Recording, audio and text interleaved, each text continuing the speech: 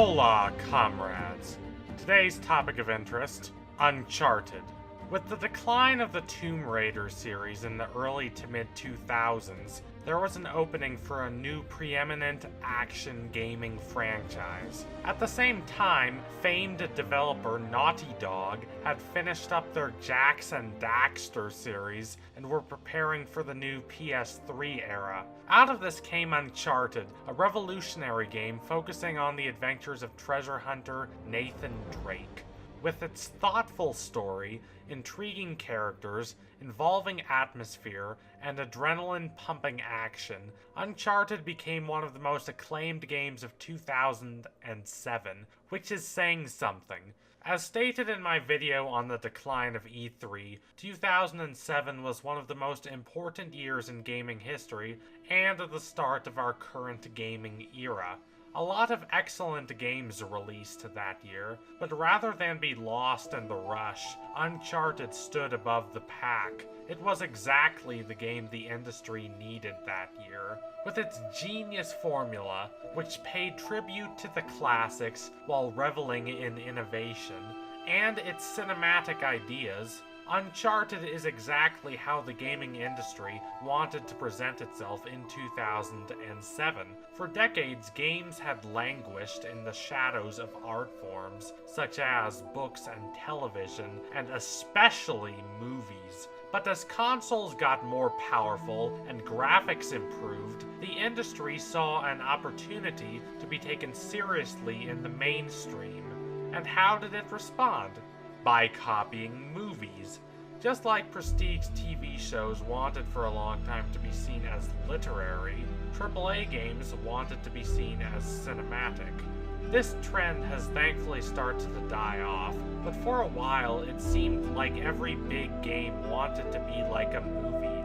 This is troubling, both because, here's a real shocker for you, games aren't movies, and because it sent a very problematic message about gaming. When you desperately try to make your games into movies, you're implying that games are naturally an inferior art form to movies. But as is the case with most trends, while a lot of bad came out of it, there was also some good.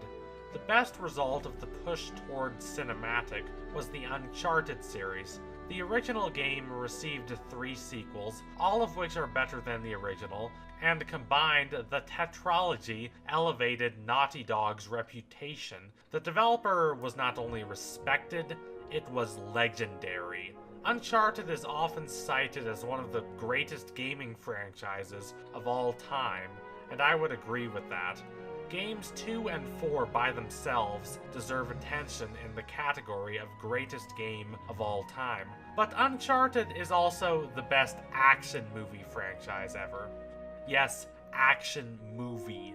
This claim is tongue-in-cheek, but it's also true. As much as the games in this series are compared to movies, it goes underappreciated that these games are better as movies than the movies they're being compared to. For the purpose of illustrating this point, let's compare the Uncharted games to the action franchise it's most often compared to, one of the most famous and acclaimed action movie franchises in cinema, Indiana Jones.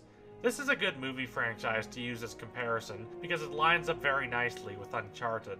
Both are about a heroic and handsome but morally ambiguous treasure hunter who goes chasing after loot throughout faraway lands and finds love while doing so. You could go as far as to say Uncharted is a ripoff of Indiana Jones, a claim that would be more legitimate if there weren't a long storied history of this genre of film dating back long before Indiana Jones. It's kind of like those people who claim every science fiction movie that uses the hero's journey is a ripoff of Star Wars, even though Star Wars borrowed heavily from earlier science fiction and hero's journey movies. But even if Uncharted were a complete and total ripoff of Indiana Jones, what would it matter? It reminds me of that controversy over Inside Out supposedly, quote-unquote, stealing its concept from Herman's head. Did Pixar steal the concept? Who gives a damn? Inside Out is one of the best movies of the decade, and Herman's Head was a forgettable sitcom. It's not the idea that matters, it's what you do with it. Now, There's obviously not the same discrepancy in quality between Uncharted and Indiana Jones as there is between Herman's Head and Inside Out, but the same logic applies. Uncharted is better in every way, and here's why. Number 1. The protagonist. Indiana Jones is a university professor who takes time to go on awesome adventures. He's your typical badass 70s, 80s, early 90s protagonist. Nothing can faze him. Well, except snakes.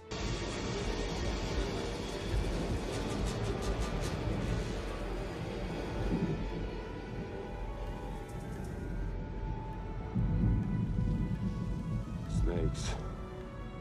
Why did it have to be snakes? He is the butt of several jokes, but there's no indication that you're supposed to think of this guy as anything but the coolest person on planet Earth. He's your power fantasy hero. You want to be him. Take this in comparison to Nathan Drake. His mother killed herself. He was left as an orphan, though he claims to be a descendant of the famed explorer Sir Francis Drake. In reality, Drake isn't even his real surname. He's a wannabe, a tryhard. He's the kind of guy who aspires to the kind of cool that the Indiana Joneses of the world can pull off with ease.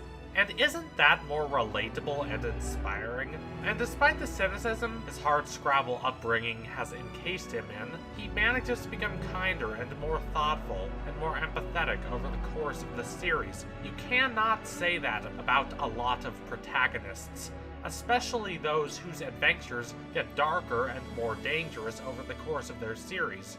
Indiana Jones is who we want to be, but Drake is us at our best. Number 2. The female lead.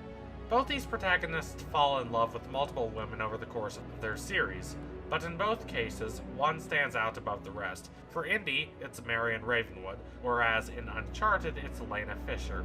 Let's start with the former. Indy's relationship with Marion stands head and shoulders above his other flings. We're introduced to her in the first Indiana Jones movie, Raiders of the Lost Ark, and while the relationship between them has an undercurrent of creepiness to it, seriously, go rewatch Raiders.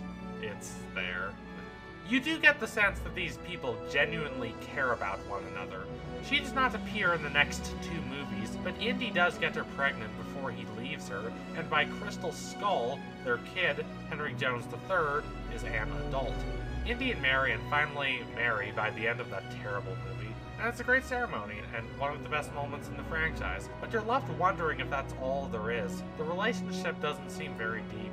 To the extent that it is fleshed out, you get the idea that Indy is far from the best partner in the world, and he really doesn't have any desire to change that fact.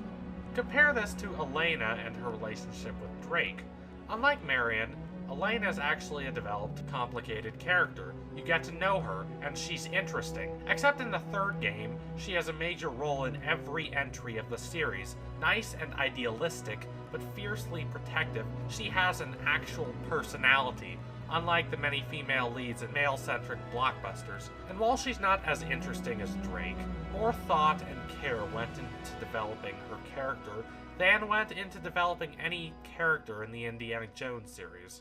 Her relationship with Nathan has its peaks and troughs, like any real relationship, but they never stop caring about one another. They get married by the end of the 3rd game, and by the end of the 4th, they finally have the life together they wanted, and in the epilogue we see they have a daughter, Cassie, who is following in their footsteps.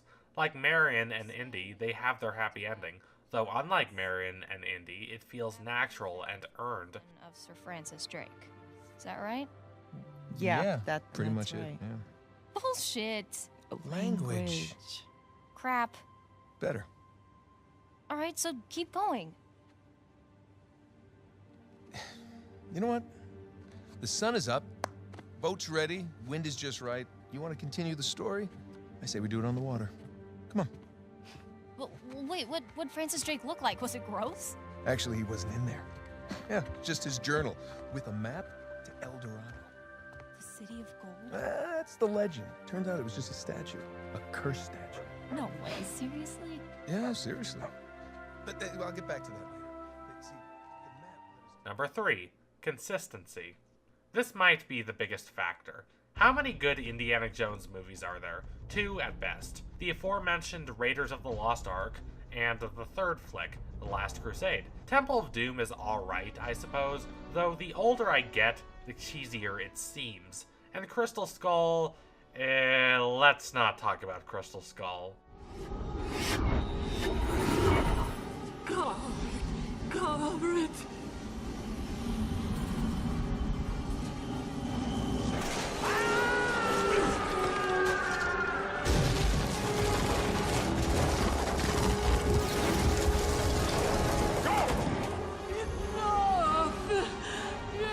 Moreover, these films hardly build off one another, except for including some of the same characters. There's no real advantage to watching the films in order. With Uncharted, it's different. Not only are all 4 games in the series considered to be some of the best ever made, but the series as a whole is cohesive. The character development in one game carries over to the next, and the series builds in scale and maturity as it goes along. That's not to say you couldn't immediately jump into the last game of the series and enjoy it, but if you play through that last game, A Thief's End, the best game in the franchise and one of the best of the decade, after having spent 3 games already watching Nate and Elena grow and develop and interact, the impact is immeasurably greater. Now, you could argue that just because Uncharted is better than Indiana Jones doesn't mean it's the best action movie franchise of all time, but you'd be hard-pressed to find a series that more poignantly develops its characters and the relationships between them without sacrificing heart-pounding action. And you'd be hard-pressed to find a series that has maintained a higher, more consistent level of quality. Is Uncharted the best gaming series out there? Arguably. But in my mind, at least, there's no doubt that it's the best action movie franchise ever made. It's always interesting to tackle a franchise you've never analyzed before. There's so much you learn, and the strange part is that as you work on the video, you start to love the topic you're discussing even more. I'm genuinely considering putting Uncharted 4 on my best 5 games ever list. I forgot just how good it was. It's definitely on my top 10. Anyone who says mainstream games have worse characters than mainstream films can go right ahead and try to stack Nate and Elena up against any set of characters in a big budget blockbuster. Anyway, if you liked what you saw today, consider donating to my Patreon so I can produce even more stellar content. Also, don't forget to like, comment, subscribe, all that adventurous stuff. Adios, comrades!